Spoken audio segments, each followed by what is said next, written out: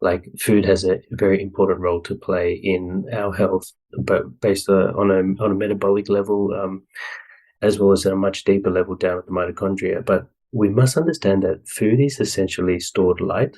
So it's storing the light information that it's grown in. And when it actually gets digested in our gut, essentially the food emits light. And then we've got machinery and systems inside our gut that is able to pick up that light and then transduce that information, something called phototransduction, and pass that information on to our system via the bloodstream.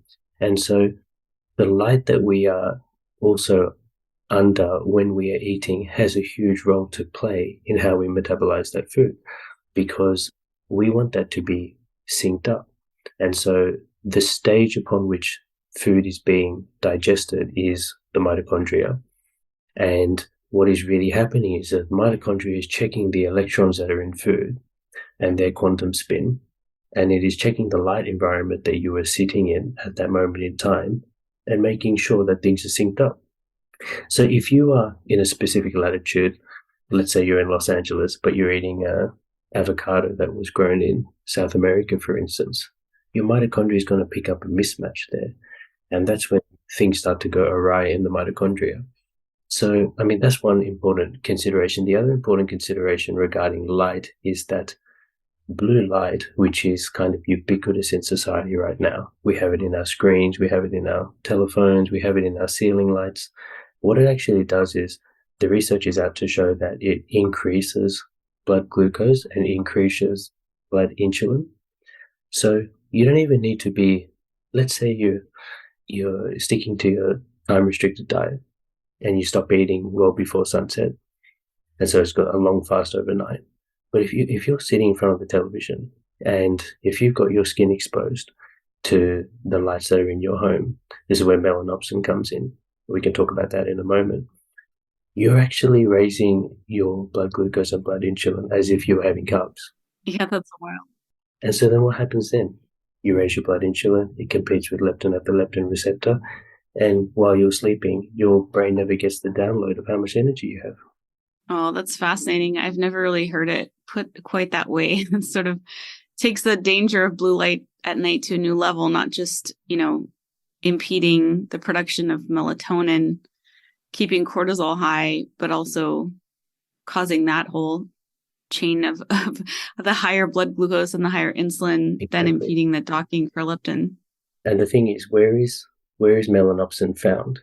So in 1998, they found that it was in our eye. Then I think it was 2017, November, they discovered that it was in our skin and subcutaneous fat.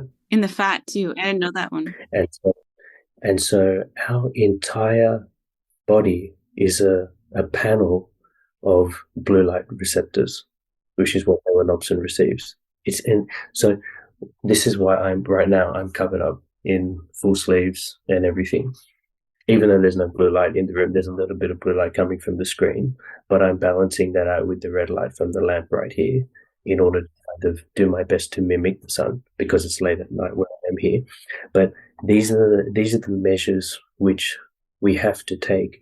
And so, I mean, I look a little bit crazy, and but to me, I'm not crazy because I understand the science and the physics behind it. And you don't need to be super bright in order to understand it, but just think your entire body is a blue light receptor, and it's supposed to be sensing that blue light from the sun.